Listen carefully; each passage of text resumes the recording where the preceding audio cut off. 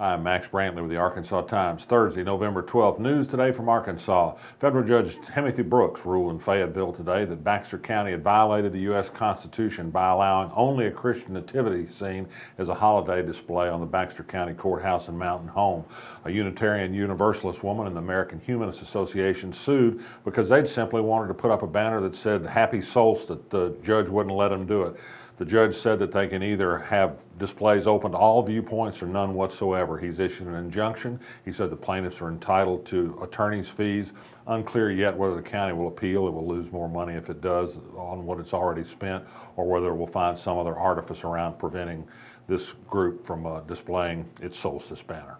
The Quapaw Quarter Association, a venerable member of the Little Rock community, said today that there are many questions that need to be answered and more design work that needs to be done before the Highway Department builds a $600 million 10-lane freeway through the heart of Little Rock. They say these freeways are damaging the neighborhoods, and a lot of things should be considered.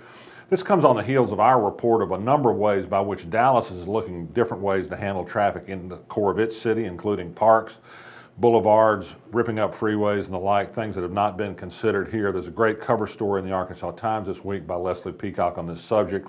I urge you to read it if you get a chance, either online or from the newsstand. Unfortunately, our city leadership seems to be rolling over to the Highway Department and the Chamber of Commerce, which thinks running people out to the suburbs is good for the city. Of course, it has not been, but we're having a resurgence in an opposite direction. We could hope that would continue. More to come on that story. A group of national psychologists have written ABC asking it to retract and correct the report it did on Justin Harris and his adoption case, highly controversial. It wasn't a story that was entirely laudatory of Justin Harris, but it lent some credence to a discredited form of therapy for children with an attachment disorder.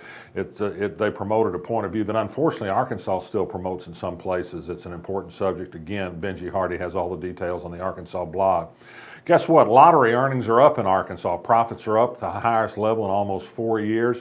And this is really good news for a lottery consultant hired by the legislature. Doesn't start to work until next month, actually until after the first of the year on a paying basis, because they've got a contract that gives them a bonus based on what the receipts were last year. They get an instant profit out of the new money that's coming in this year. It might be worth as much as $1 million to them for doing nothing at all.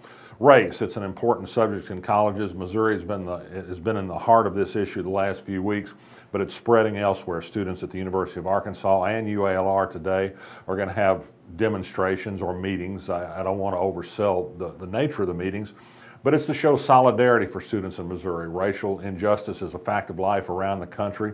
The enrollment of black students is very small in proportion to their numbers in the population in Arkansas. Faculty representation is small. There are a lot of things to talk about. Chancellor Dan Farida this week issued a statement urging great consideration for ethnicity and diversity, and I think that was a step in advance of things happening rather than after, which was a problem in Missouri.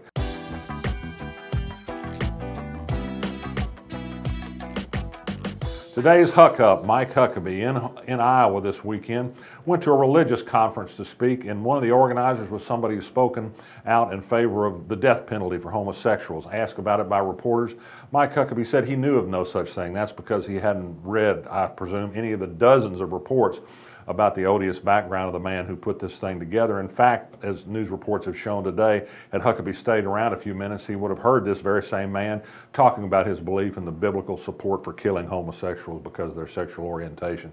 Another bad day for Mike Huckabee on top of a lot of them. I'm Max Brantley. I'll be back tomorrow.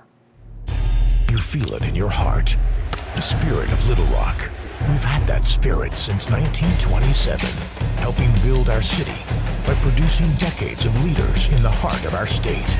We are the heart of business and innovation, the heart of politics and government, the heart of arts and culture, and in our city beats the heart of a Trojan.